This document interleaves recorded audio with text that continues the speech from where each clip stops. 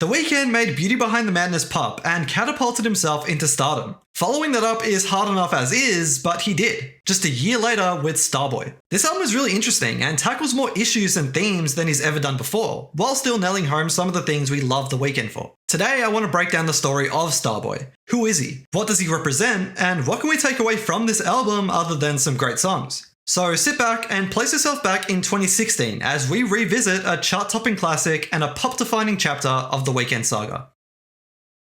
Starting off with the titular track, I think it's important to start off by defining who Starboy is. I'm going to switch between names for him throughout this video. Abel, The Weeknd, Starboy, whatever. But it's important to realize that Starboy is a character, like The Weeknd is. He's the voice or representation of Abel's supreme confidence and braggadocious songs. So in songs where Abel's talking his shit, like this one, it's a clear sign that this is a Starboy song. This mask or character who he likens to a superhero allows Abel to express his feelings about his fame and success. And he does rather ruthlessly as he flexes his wealth in a condescending and comparative way throughout this entire song. Opening up the album with the line, "I'm trying to put you in the worst mood," gives a sense of what to expect. He wants us to feel envious, jealous, and maybe even some hatred for him. It's combative as he implicates us, his audience, as responsible for making him like this in the chorus. We're responsible for putting him down this path of a lustful life and an emotionally distant one. The fact that he flexes 2 different supercars in the first verse and 5 expensive cars by the end of the song reinforces this material life he leads. And salt in the wound, his brand new red Lamborghini Aventador, which costs around $530,000, is just a drop in the ocean of his reported $55 million worth as the 15th highest paid artist in 2016. Hey, can I buy this up front? But in the pre-chorus, we get a sense that despite all his riches and success, it's hollow and bland. It's missing something. A theme that's pretty relevant in this album is religion or spirituality, a higher purpose. The house may represent his emptiness and need for something to ground him and be a driving force, like family, love, God, or some kind of peace. The irony behind the line is that he can easily afford something as grand as a centerpiece if money is the only issue. And this tees up an idea around material wealth versus spiritual wealth, which is something he'll have to battle. The other line I want to point out in the pre-chorus are its final lines. He flexes his unique versatility of rapping and singing, 2 bags he can switch between freely and expertly. He can't be boxed into a singular genre and reminds us of that as his recent releases have done. Starboy is a musical leap from Beauty Behind the Madness, which itself was a musical leap from both Kissland and Trilogy. Despite being readily able to switch styles, he remains at the top of the game. But he also references his alcoholism and vices, things we've forever associated with him. He's able to kill or numb any pain or vacancy in his heart with them. And moving into the chorus, we can extrapolate more from this by looking at the music video. First of all, he strangles himself. This isn't the first time he's done something like this. He's also killed another version of himself in the Tell Your Friends music video, both of which seem to symbolize his continual self-reinvention. Each of these characters represent a new version of him. Another way we could view this is him battling a younger version of himself. He wanted this life and was set on this path by his younger self. Starboy could have 2 opposing feelings toward him for this. He could hate Abel for doing this to him, giving him this life and making him like this. Or he could maniacally enjoy this life he lives and is grateful to have it, as he kills his former self and says, "Thank you very much, thanks for the body, this is my life now." Either perspective is backed by his haunting laugh, which could be a sign of insanity, something befitting of his wild life and twisted view on everything. Another interesting point in the music video is how Starboy uses a cross to destroy and desecrate his trophy room and accolades. Fitting with what we spoke about earlier, this act could be a visual representation of his desire to replace these accomplishments and this hollow life with a more emotionally fulfilling and sanctified one, something he views as the antithesis of fame and wealth. Keeping with this religious theme, let's skip ahead to the final lines of verse 3. Despite his occasional projection of faith and moments of regret, his lifestyle never changes. He's a man of sin and lust and is more faithful to that life than any religion. Not only would some spirituality save Abel from this suicidal lifestyle, if he doesn't change his ways, he'll crash and burn and be closer to God than ever. Track 2 is Party Monster. Interestingly, not the typical term party animal. Let's dive into why. The opening part of this refrain that we'll keep hearing acts as a sort of reintroduction or reminder of Abel's roots and his love for drugs, alcohol, sex, and partying. He's achieved this level of superstardom and wouldn't need to be in an altered state to feel the buzz of the natural high of that. But his pop success and the shining of light on this formerly underground act made some fans feel like he's deviated away from this dark and twisted guy we heard throughout Trilogy. And Abel has felt a need to reply to this criticism in a handful of songs, even on Beauty Behind the Madness, as he reminds us that he's still a user, and he says a similar thing on his Past That remix, which also came out in 2015. And Party Animal conceptually carries that message, but of course, there's a lot more to this song too. First of all, I like the idea of Starboy being a sort of Dr. Jekyll and Mr. Hyde situation, one where lustful indulgences bring out this more chaotic character. Now that implies that this character is more than a personally arrogant and confident figure. So let's keep that in our back pocket and carry on. While he's not looking for love, he is looking for a girl who understands his lifestyle. It's the lifestyle of a superstar. He parties hard, he'll be away from home for weeks at a time, he wants to sleep around, and he wants someone who can get with this. It's in the first verse where the setting starts taking shape. She's a kindred spirit of sorts, as either a stripper or sex worker, driven by her pursuit for money. A hustle is compared to his own back on House of Balloons. By the way she gets down and her celebrity-like looks, he's locked in on her and expects a night of bumping, grinding, and lines. But an element of religion pops back up in the chorus, and in this hypnotic song of raw lust, he wakes up feeling happy and blessed to be alive after another night of debauchery and hedonism. The repetition of this phrase might be exactly that, a night that seems to loop and repeat over and over again. He wakes up with a new stranger, thanks the Lord that he's still kicking, and waits for the night to do it again. The start of the second verse could reinforce this. Rather than him popping 3 pills in a night, this could be the third night in a row, with rolling being a double entendre meaning being high on ecstasy or oxycontin pills. And in this new night, this girl's ready to leave her man for Abel, fueling and rewarding his taboo and destructive tendencies. And adding another theme for us to keep up with, lies and honesty pop up a bunch in this album. In this state, he doesn't care what's real or what's a lie. Having sex and climaxing is all that matters. But a price to these thrills is paranoia, a steep cost of fame and fortune. All the different girls he brings home are threats to his sanity and propels his paranoia by fearing that they're stealing from his safe and taking his wealth. But he just can't quit. He disobeys his instincts, perhaps shushing his inner Abel Tesfaye, seeing this woman as different as they share the same addictions. And after all this, even with his moments of doubts and paranoia, he returns to his lifestyle and thanks God that he's still kicking and can. Conceptually, False Alarm is our first big change of the album, as perspectives and desires shift pretty wildly throughout Starboy. Abel explores the relationship of loving a promiscuous woman. All of her actions show that she's bad news in a typical sense, although lives a lifestyle not too dissimilar from his. Drug use, a love for material things and attention, and being prone to empty love and lust. He describes her actions, like carrying Trojan magnums in her purse, as a selfless act. Yet the following depiction carries the illusions of deceit and wickedness, particularly with the way she plays men, countering the previous lines and revealing her true intentions or the truth. The imagery evokes classic symbols of seduction that have been used for decades and reinforces her lust and loving disguise. Her dark philosophy is self-destructive. It takes a toll on her as it prevents her from living a life of meaning and connection. Her materialistic greed for a life of decadence, leeched off her temporary partners, or sating of lust outweigh any other motive or passion she might show. Her act is a false alarm, overshadowed by her base desire. But he makes clear that money and luxury are her real passions, as he subverts expectations, starting the second verse with 6-inch long, instinctively making us think he must be talking about penis. But by giving us the rough dimensions of a dollar bill, and the following line, emphasizes that her type is money. No matter how much you may love this woman, you'll never be able to supersede her love of money. No man will. Despite diamonds and rings being classic symbols of marriage and love, to her they're an atypical fantasy of wanting to be with someone who can shower her with gifts without having to remain committed. But it's in the bridge where Abel implies that this way of thinking stems from a scarred love life and it haunts her. No matter how many times her heart is broken, her material possessions will always be there for her. They're a coping mechanism, and this philosophy protects her from being hurt again. Starboy returns on Reminder. There's so much to say about every lyric, but the gist of the song is about his identity and place in music. He's making a statement about the music industry and how radio stations and labels and executives don't want to see him thrive due to his race. They would rather crown and champion a white artist, with the term blue-eyed soul being coined back in the 1960s to refer to white artists who made traditionally black music, like soul and R&B. But Abel takes control of his narrative and frames his ascent from underground to the top of pop as an assault on white cultural appropriation, namely his white R&B competitors. Where he takes real pride is that his music subverts the whole idea of cultural appropriation. He made his sound pop without diluting his dark sound and hedonistic themes. In a reversal of things, he's the one now who would be seen as appropriating or invading a typically white scene and genre, but as a star and with 2 fingers on the pulse of who he is, where he comes from, and how he views music. He isn't changing who he is for success. He isn't changing his image. Well, apart from the hair, it was getting kind of long. The theme and content is staying, even when pop and radio say he should.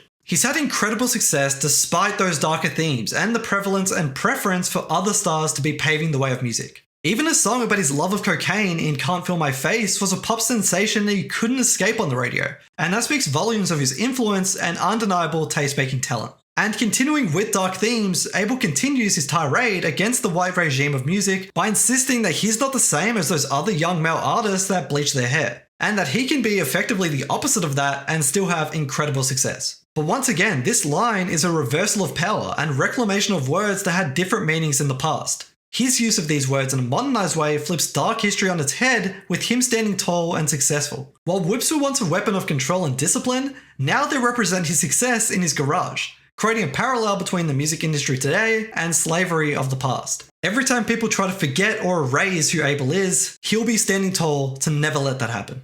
We get something a little more lighthearted on Rockin. And by that I mean convincing a girl to have unattached sex. It's the Weeknd, what do you expect? He immediately jokes about his struggles in comparison to regular people. While other people might be haunted by the one that got away, he's stuck with girls who want more of him despite his preference of meaningless sex. This idea of an unrelatable superstar is really important in Starboy, as Abel sort of ironically comments on celebrity culture and the perils of fame and wealth throughout the album, and we'll cover that more as and when it pops up. The main premise of this song is, why would you want to waste our relationship on a relationship? Let's live in the moment and enjoy it for what it is. He values spontaneity, and love is hard work. It's a waste of energy and thought. He's also warning this woman not to love him, as that would be a waste of her energy. There's a slight voice change or filter in the second verse which usually implies a drunken or altered state. Perhaps the mixing of alcohol and Adderall. The combination of a depressant and a stimulant is a dangerous combination and an unpredictable and strong one, as Abel indulges in more of his lusts and temptations. Ultimately, he's focused on the beat, which could be a double entendre of zoning in and focusing on his craft, as much as it's getting him high. This explains his career hyperfocus as he navigates his battle of lust and highs against his grind for continued success.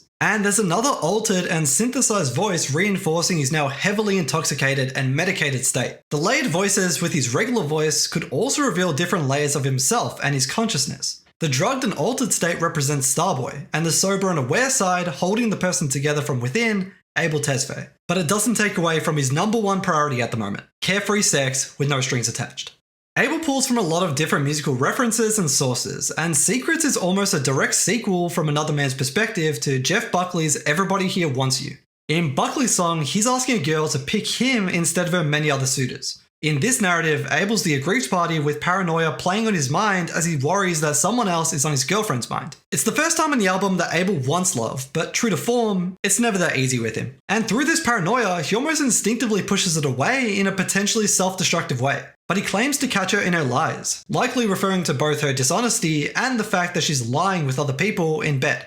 Sex. From our narrator's perspective, I think we can trust him with her responses to him in both verse 1 and 2 being lies, confirming that she's deceitful and perhaps not loyal to him. The idea of closed eyes is interesting to me though. While it tees up the chorus of her secrets coming out while she sleeps, it could also represent her hidden side or fantasy or memory. So her dreams of other men could be her true, unfiltered and suppressed truth. Despite her outward facing truth that she loves Abel, her subconscious betrays her, desiring others. The bridge is also great, as Abel calls her out on this. He can see the lust in her eyes that blinds her and reveals that she's not his. It's almost like contacts or layers of tears or the crust you wake up with from sleep. It's that obvious and blatant to him that he can't help believe her and continue his search for the one. It's a rare moment of him admitting that he wants this, but he needs to feel a sense of trust and unity with his one for the two of them to become one. But as far as this relationship goes, they're now divided and separated.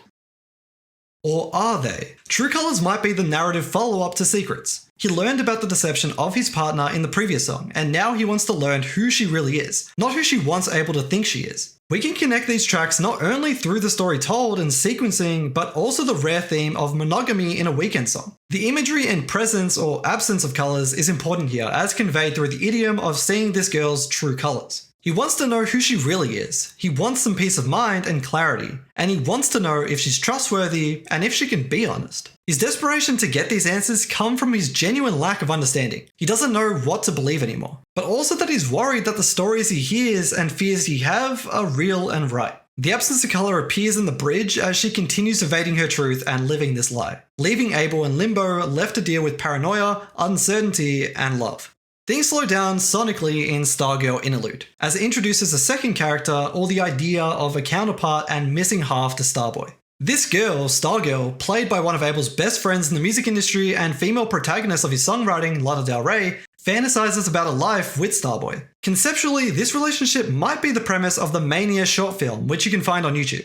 She's the other half he's looking for, the girl who understands. While this song isn't one of the songs that plays in the short film, Lana's vocals from Party Monster plays while Abel and a woman dance in the middle of a club covered in blood, equally wearing and sharing the weight of their lifestyle. Lana's vocals in this song could be her fantasy or vision of them together while they're in the club, which is Sex in the Kitchen. The second half of her section shows juxtaposition between joy and tears, or tears of joy. She loves their sex and life even when she knows she shouldn't. And this isn't something too distant from Lana's own work, often pairing the erotic and the melancholic, finding poetry in the tragic.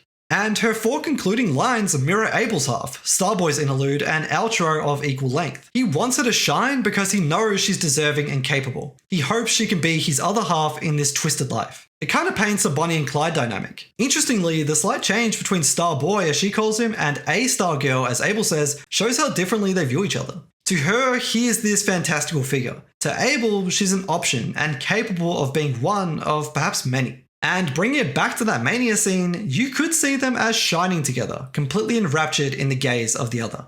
Sidewalks provides another opportunity for Starboy to reflect on his journey, say why he deserves to be here, and why he'll never give it up. If anyone knows the story of The Weeknd, you'd know that he dropped out of high school to pursue music, which also involved him leaving his home and sleeping on the streets. Nothing came easy for him, some of it by choice, but regardless, that experience made him who he is today. And like he said, when you have that sort of upbringing and experience success, you hold on to it for dear life because you don't want to go back to that old life. And he compares this to other musicians who were born into cushier lives and whose old life was still comfortable and rich. They could never share his hunger. The Sidewalks represent a mindset and perspective that's partially responsible for getting them where they are today. Not having something is an incredibly strong motivator to get something and keep hold of it when you do. He also takes pride in making it on his own. Starboy's venomous words seem directed to an old collaborator from House of Balloons, Jeremy Rose, who has tried taking credit for the Weeknd's signature sound and style. Something that Starboy continues to preach is, if it was so easy for me to get here, why doesn't someone else do it like me? And this self-righteousness extends to a religious comparison of himself to Moses. Before the fame, while Abel didn't claim to be atheist, living a tough life can make you pessimistic. And it wasn't until he started making it that he felt like there was a higher power out there. In this case, making him feel chosen. While Moses, chosen by God, led the Israelites out of Egypt, Abel's miraculous rise to fame was his chance to lead his friends out of the streets of Toronto and into a life of luxury and riches. It was a life they always fantasized about as they watched mafia movies and looked at Hollywood and LA as the definition of success. The difficulty of his journey gave him resolve and has now put him in a unique situation of making it when the odds were stacked against him. He's the same guy and owes it to his harsh upbringing and the things he had to endure, learn, and do. All of which helped him develop a hustling mindset and strong, unbreakable spirit. Something critical to deal with the ups and downs of life. The chorus presents the 3rd consecutive lie mentioned in the song. He's saying that the Sidewalks, representing his previously regular and old life, were straightforward and not complicated. Which is perhaps another commentary on the politics and state of the music industry, as well as the trappings of fame and wealth. But that's a small price to pay in the grand scheme of living for Starboy. His old life encourages him to keep going so he doesn't go back. Kendrick's verse has a really interesting line that seems to mirror the stages of life. Innocence is a given thing to an infant, born into a world you're unaware and ignorant by no choice of your own. But as you grow up, it becomes a choice. You have agency and an understanding of right and wrong and innocent and guilty. And then intimate implies that you've had it. And it's only here at the end that Kendrick reveals that it relates to fame and their use and access to it. This way of thinking is typically something religion associates with sex and virginity, with the harshest religions defining the awareness of sex as the loss of innocence. Kendrick covers this within the lens of fame, in terms of life being different with and without fame. All in all, there's a unified approach by the two of them to speak on the price of fame and the curse of it. Specifically in Abel's case, it's a drug, and it only empowers his temptations and lusts. And just like the sun, moon, and stars, a life of fame, the life of a Starboy, is something regular people can only look and marvel at out in the sky, out of this world, out of reach, and unattainable. In 6 Feet Under, we have another installment of The Weeknd singing about a girl who will stop at nothing in her pursuit of money. The opening description depicts a girl hardened by love. She seems to kill her feelings by wearing the poker face of being heartless. Some people use this stoicism to prevent themselves from being hurt. Is it an act? Only she could know. Money is her motive, and she's willing to put in the work to satisfy her taste for a luxurious life. If she's committed to anything, it's 2 material things. We also get the idea that she's a stripper and sex worker willing to franchise and expand her horizons for more income, likely to hook in more regulars. Like Abel in some ways, she's focused on getting money the only way she knows how, and she'll do it until she dies. Dying rich is more important than living broke to her, and throughout the song, she continues branching out, being willing to do more and more in her hustle. The most interesting change comes in the bridge. Time is money to her, and wasting time working on love is a net loss. And we can see some similarities between this woman and Abel. They're both emotionally distant, they're somewhat attention-seeking in what they do, they work hard, and money is their motive. And through this connection, we can reflect what he says about her life and apply it to his. Her philosophy and refusal of love and intimacy protects her from losing her mind in the exhausting and debilitating game of love to some. This echoed sentiment is undermined by the ominous till she, which could only prelude the death of the chorus. The hustle of success and wealth means nothing without love, family, and people to share and experience it with. This is something she might learn when it's too late.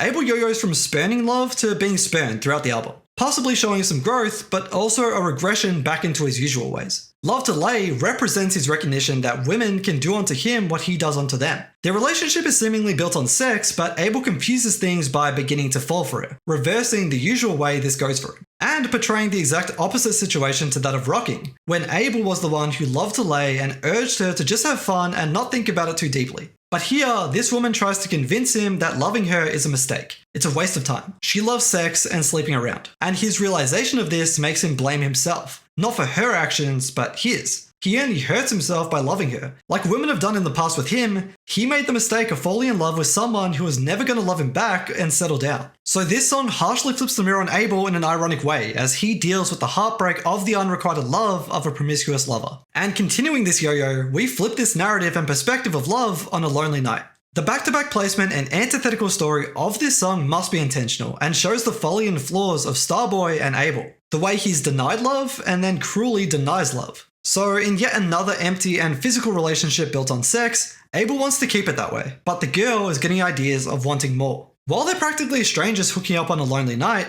bringing something between them could mean love and affection, or the threat of a new and shared life in the shape of a baby. This story would be an unsurprising allusion to Abel's idol, Michael Jackson's Billie Jean, giving this perspective some legs. The chorus clarifies the relationship as a moment of lust and weakness and a mistake. From his perspective, it was a classic one-night stand, and he apologizes in hindsight for making her believe it was something more. But this unruly decision threatens his life and a change to his lifestyle. He seems to have no doubt that her intention of having this baby is to trap him with her and inextricably link them forever. But just like 6 Feet Under, the outro sort of undermines the rest of the song. This slowed and stripped down section sounds closer to romantic and regretful. Instead of reinforcing the idea that their hookup was an isolated accident, his repetition of loving her implies that it did mean something to him. And this shifts the focus away from talking her out of having this baby to reminiscing on what they had. In reality, as he thinks back on their night together, maybe he did love her, and it served as yet another instance of him pushing love away and being scared of it, leaving him to pay the price.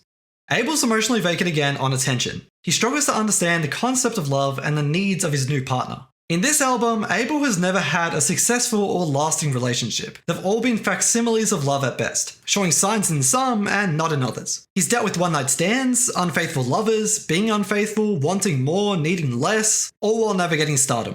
It's been so long since he's genuinely loved and cared for someone, and even longer since it was equally reciprocated. And like a future song, All I Know, this new lover doesn't trust that Abel is the right one for her, and many signs in this song indicate that their relationship is unhealthy. He tries reassuring her that she can trust him and that their relationship can work. He might be sick of running from love or letting it pass him, and now wants to fight for it and make it work, even if this is doomed to fail and not right for either of them. I don't think the concept of attention in this song relates to the prevalent theme of fame, but rather the desire for an active and present partner who loves and cares about her. But Starboy frames her wants in a negative and greedy way. To him, it's an insatiable greed he can only equate to fame, the only way he knows how to understand and conceptualize it. By verse 2, their relationship is all but falling apart and reduced to nothing but sex. Ironically, his famous lifestyle has made him unable to give her the attention she craves, and the shift of their relationship from some sort of love to pure sex has taken a toll on her. But that emotional vacancy is still there. Despite his hopes for love and fight for a chance, he criticizes her wants and puts his lifestyle and the attention he receives on a pedestal. Ordinary Life has the most religious motifs of any song on the project by far, and is fitting given our themes of material wealth versus spiritual wealth. He doesn't have a strict code of good or bad, as he references the heavenly feeling her mouth and hell of a tongue is giving him. It being pleasurable is all that matters. If this life is supposed to be so bad, why does it feel so good? But he compares his sinful life of thrills and highs to the deaths of other celebrities, associating himself within their stratosphere while drawing parallels between their vices. He'll likely die in a sex-related accident like David Carradine, or a high-speed crash too young in LA like James Dean. Wait, it's almost like he's risking doing both right now at the same time.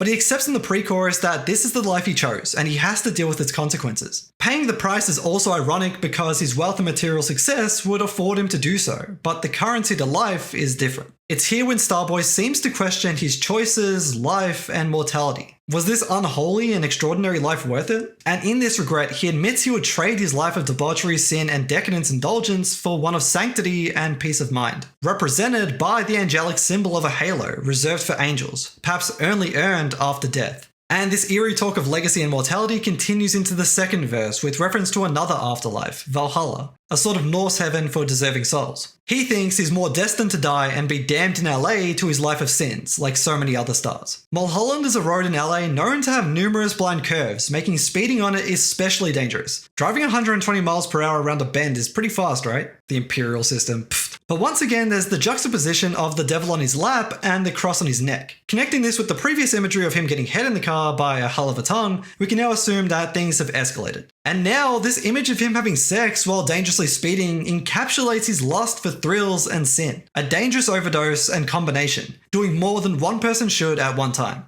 There's the irony of his religion meaning something, but his actions not reflecting that. It's almost like having an angel and devil on opposing shoulders, where his faith tells him to live one way, but his lust tells him the other side is better. And it's his lust and addiction that win and bring him closer to damnation in purgatory as he flies off the edge, leaving his body to burn in a coffin that represents his materialistic lifestyle, condemned to live and die with his love and greed.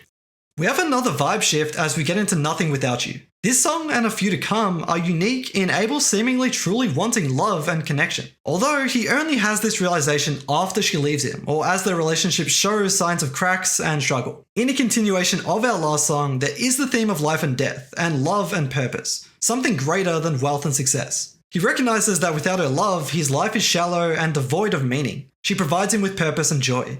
But when he's alone, his demons come out by way of depression and his vices that plague him so much. While some other relationships have been built on drugs and sex as a remedy to numb his pain, this one might be built on real love. He also recognizes that the failure of his past relationships and attempts at love were his fault. In a song like Secrets, he was so fearful of his partner's infidelity and a relationship that appeared too good to be true that he brought about its end through his witch hunt. He was so obsessed with the thought of her being unfaithful that it became he who was unfaithful to her and their love, and he hates himself for having that type of track record. Things get a bit darker and manipulative in the second verse as he guilts and pressures her into replying to his missed calls and unanswered texts. He wants to know how she would feel if she heard that he died. Would she feel regret or sorrow or nothing? Death has become a prominent theme on the album and his previous work. We've spoken about his music videos where he shows the symbolic death of self, where he kills himself for the better, usually to show that he's a new and improved Abel. Through that lens, he could be asking her, if I changed my ways and became a better person, a person not tempted by sex, drugs, and fame, would you come back to me?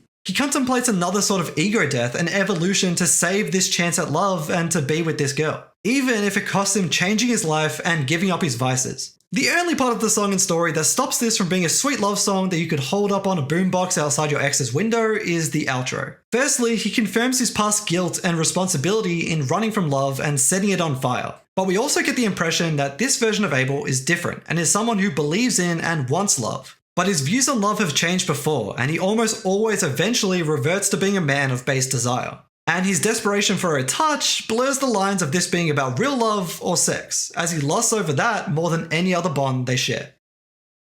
In between two love songs by his standards, Abel combats love again on All I Know. He's also facing rare resistance from a woman who's heard things about him, likely his promiscuity and general lack of feelings, which has a reputation of its own. Abel tries to convince her that even though it's not in his nature to love, he can try for her. But she can see this as a ploy for sex from Abel, it's all he knows. He doesn't know how else to act. Having sex and letting lust rule is much easier than opening up and entering a relationship, closing himself off from being hurt and heartbroken. She doesn't want to be yet another girl who's been used and discarded by him like so many others. And this song's narrative adds to his flippant approach with love. In Secrets, True Colors, and Love Delay, Abel was the one who feared the rumors and promiscuity of the women he was with. But here, once again, the roles are flipped with Abel being the source of her fear. She lives in constant paranoia, worried about where he might be sneaking off to throughout the night. And this image implies that they did sleep together and might have started a relationship against her better judgment. At the very least, verse 1 was their meeting and Abel's coercion, and now verse 2 is later at night at her place. But the male moans of the little interlude and break of the song could represent his importance in this relationship, his pleasure being primary. He's hooking up with her for himself. It's a selfish indulgence of lust with a notable absence of love. The latter half of Future's verse supports Abel's actions as the life of superstars and musicians, which is backed by Abel's harmonies. Her being bougie and conceited explains her doubts and why she was proud enough to deny the advances of a superstar like Starboy, from their perspective. A benefit of their fame, in their eyes, is the way they always get what they want in the end. The opportunity for loveless sex.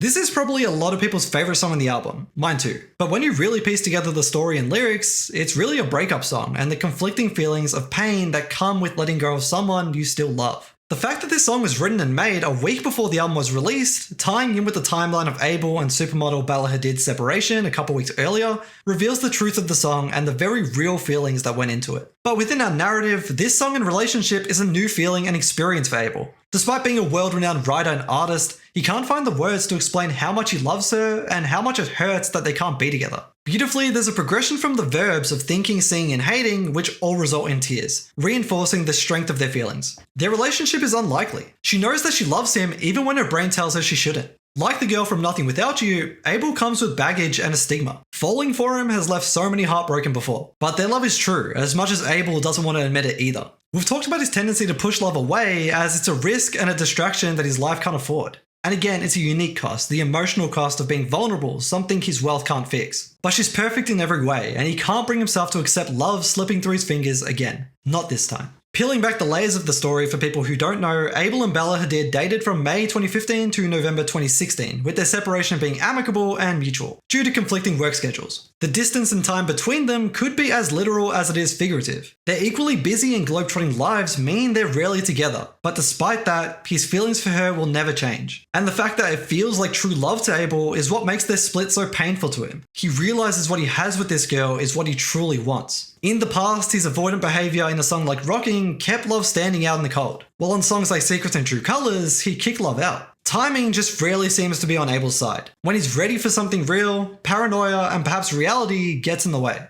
And when he wants something casual, women want to tie him down. And now, when it seemed like things were finally lining up for him, love remains to prove tragically difficult for him to understand and hold.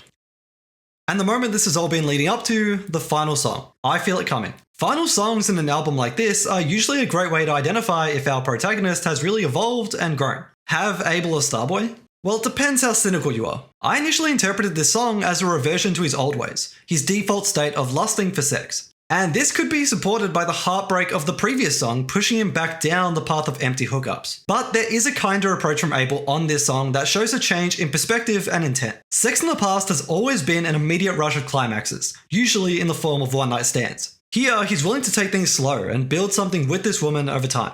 The main argument or point of contention that refutes this idea is the focus on touch, which has previously implied sex. However, this could be explained as Abel's only way of verbalizing his feelings, much like he struggled to articulate his feelings on Die For You. Additionally, he could be using this language to subvert our expectations, like mine. Hearing this language from The Weeknd puts our mind to this dirtier conclusion, but considering his growth and development, his intention and truth seems pure. He's willing to help this girl rebuild from heartbreak and start something good-willed. There's no pressure behind it, there's no expectation that they'll fall in love. But it's also more than empty sex. It's something real, grounded, and honest. He views her as special and deserving of love and attention, and they both seem to be in the right place to achieve this together. And that's as close to growth as you could argue for a character like The Weeknd. While Starboy generally serves as a minor character in the overall story of the album, new themes of fame, mortality, and legacy offer an update in the latest version of The Weeknd. And looking back at Trilogy, Kissland, Beauty Behind the Madness, and now I Feel It Coming closing out Starboy, you can see Abel slowly transitioning away from this empty life of temptation and lust, and coming to grips with both his fame